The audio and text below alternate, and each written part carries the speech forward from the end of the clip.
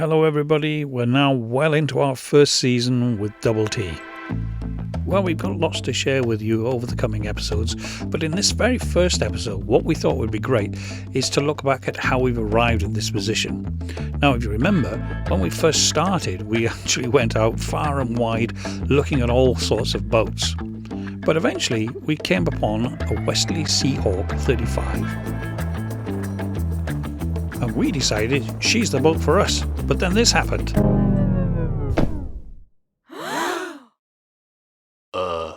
What? Yes, fooled you there, didn't we? Yes, indeed, we became the new custodians of Double T.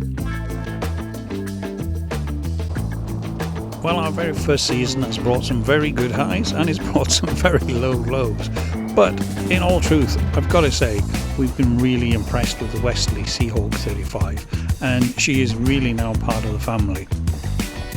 So for this first episode, we thought we'd go back in time, go back to our original viewing, and actually do a proper walkthrough of the boat as well. So that maybe if you're thinking about a Westerly Seahawk 35, you can decide if she's the boat for you. We'll also actually go on to look at our journey so far, from buying the boat and making the trips to our new home in Milford Haven. So, as a reminder, I first found Double T through the Westerly Owners Association website, which was a great repository of information. When we first went to see Double T, she was in Swansea Marina, and we thought it'd be useful to actually go back to that footage and actually talk a little bit more about the boat itself, as well as talking about the design and a little bit about the specifications of the boat. Well, the Westerly Seahawk 35 is another design by Ed. He was also responsible for a lot of other Westerly designs, including the well-known 26-foot Griffin and, of course, the even better Sea Lord. As the successor to the Seahawk 34, the 35 obviously was a little bit longer and had the sugar scoop stern on it. But the actual boat itself is available in two flavours really. You can have the bilge keeler version, obviously you've got the advantages of the bilge keel, or you can have the fin keel version, which is obviously just a single fin, and one would hope some improvements in sailing performance. So let's have a closer look. Now overall she's about 34.5 feet long, and at the waterline she's just over 27 foot. Now on deck you can actually straight away appreciate that this is actually a really beamy boat at just over 12 foot.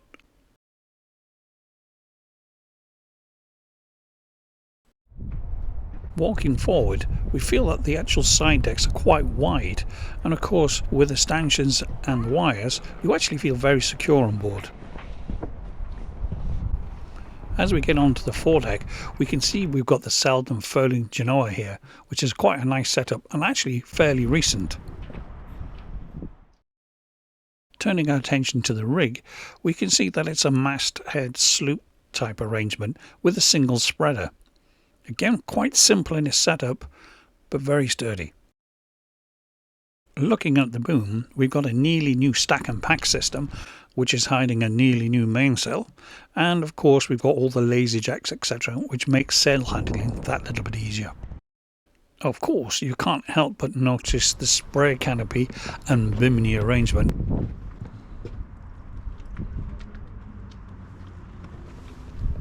This bimini arrangement makes the cockpit actually quite roomy, so it's a good place to socialise. Up forward we have the anchor windlass, which is, as you can see, electronic. Unfortunately, this has already been the subject of some grief, and through no fault of its own it has to be added. At the stern you really appreciate that 12 foot of beam. It does feel very wide back here. And of course the sugar scoop system makes getting off and on the boat that little bit easier.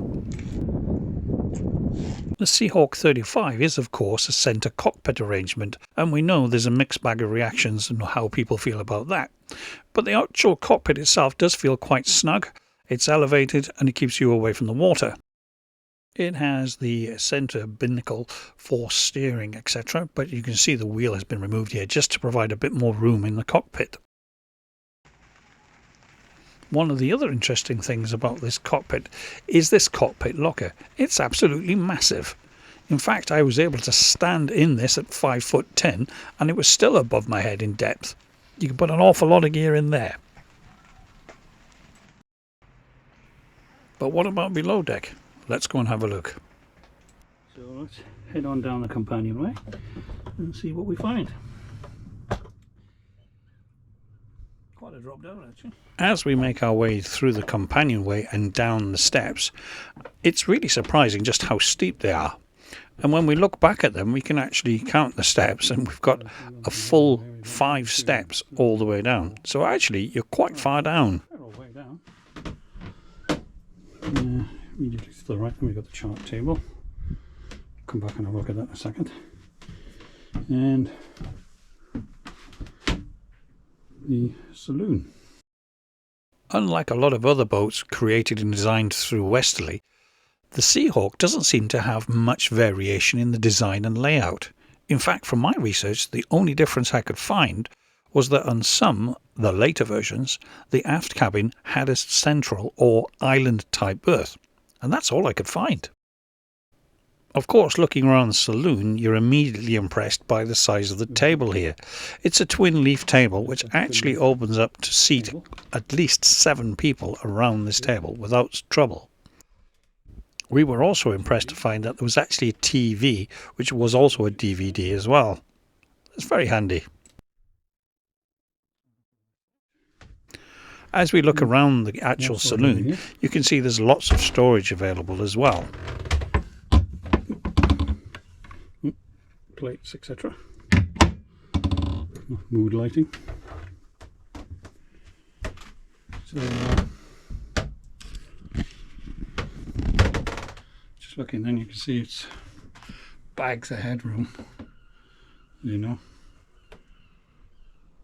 yeah, very impressive. Compression post.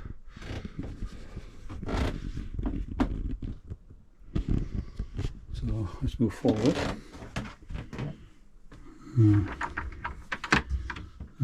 Cupboard. The design also has some very handy hanging lockers around the place.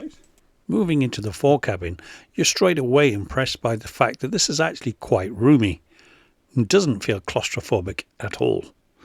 It has just above a skylight with a curtain for privacy, and of course when the skylight is open, as you see here, it actually does offer quite good ventilation.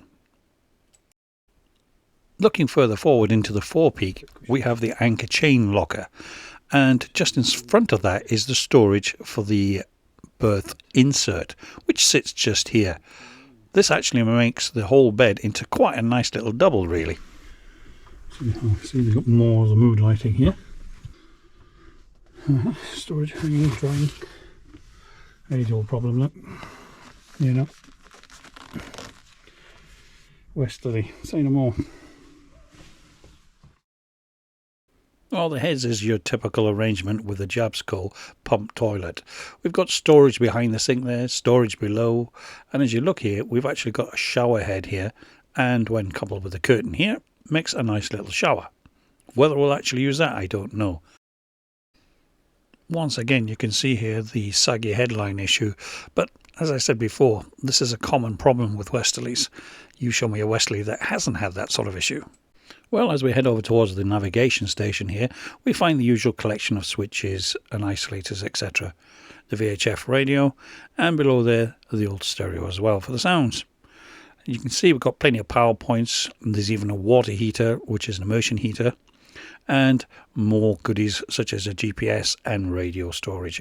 Double T also has 2 chart plotters, one just there in the navigation area, one out in the cockpit. Outside is the galley. Just a quick spin.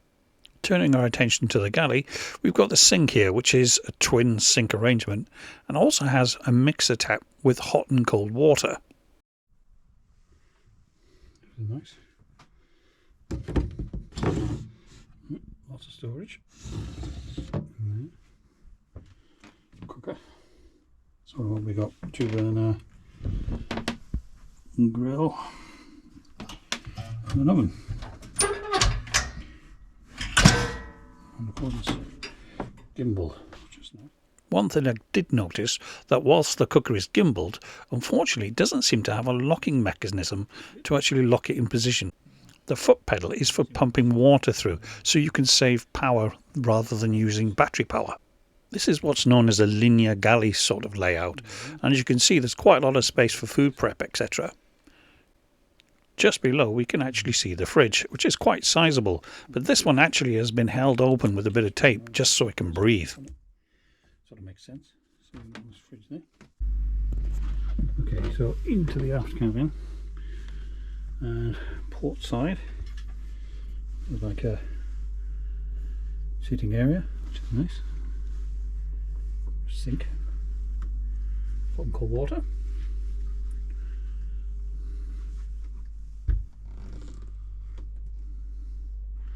See, we've got the same old saggy headlinings problem here. And there you go. So it is. Power sockets, etc.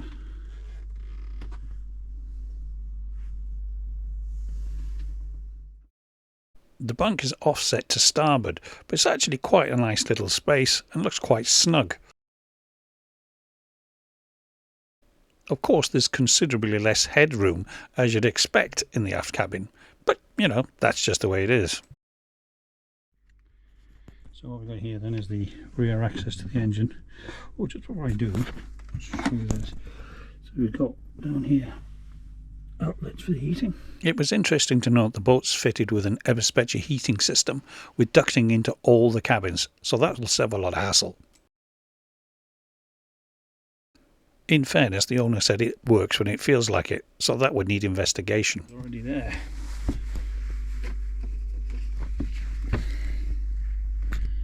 So looking at the back end of the engine, so I've got our separator here.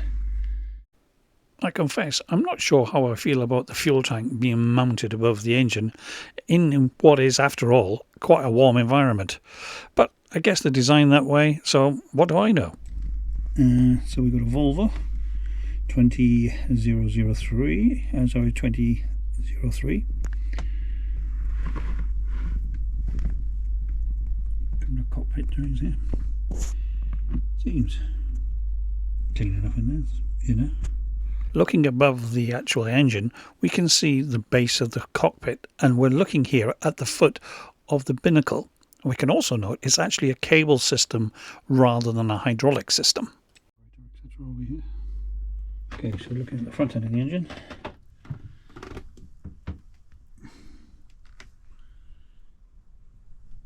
Looks okay. Funny how you look front of the engine compared to the size of my hand. Makes the engine look very small.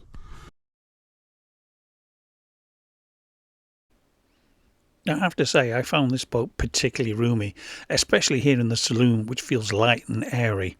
Yes, we've got the ongoing issue with any Westerly of a bit of saggy headlinings in a few places, but, you know, is that really a deal breaker?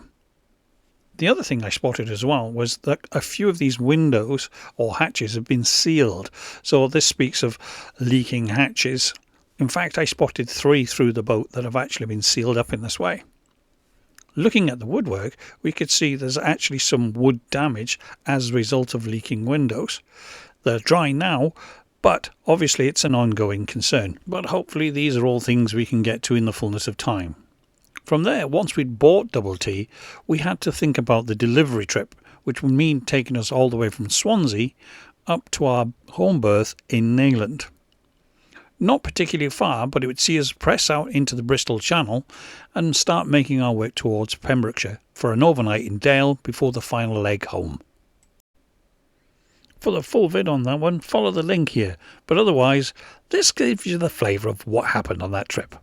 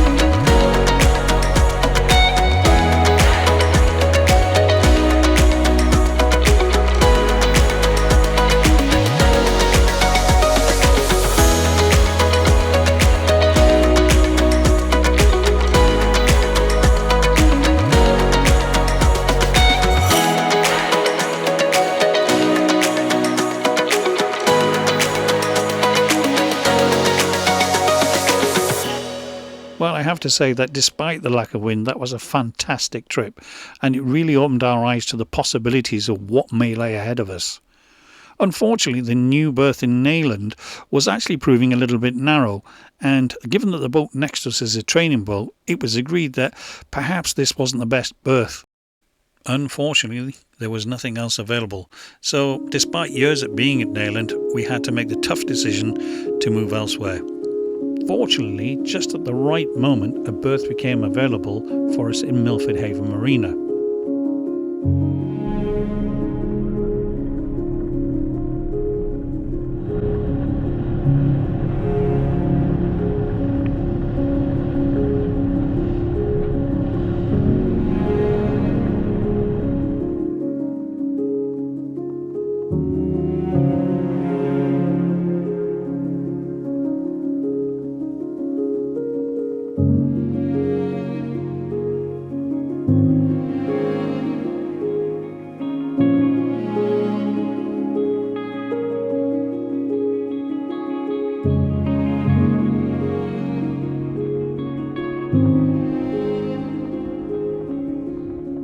Well, this was something of a bittersweet trip for us. The beautiful Cleddau raised our spirits once more.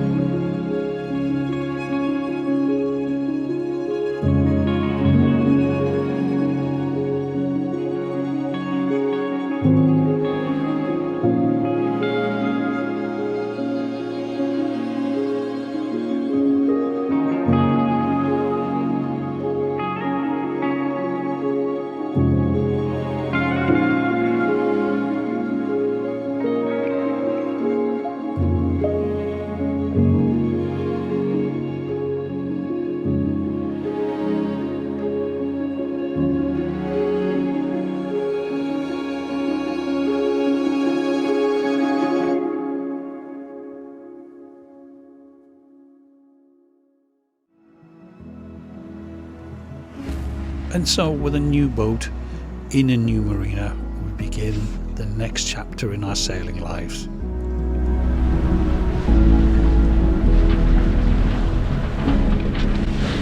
Double T is truly a wonderful sailing boat, and she's already given us some fantastic memories, and we're really looking forward to sharing those with you. Just look at this. Join us next time when we hit the ground with a bump. When we bought the bow thruster wasn't working. I made the mistake of asking an engineer to actually have a look at that, and long story short, we never got the motor back. And we start the task of making Double T family friendly. The bow thruster, someone else has been busy doing the netting. It's going on great. And take you with us on our very first sail of the season.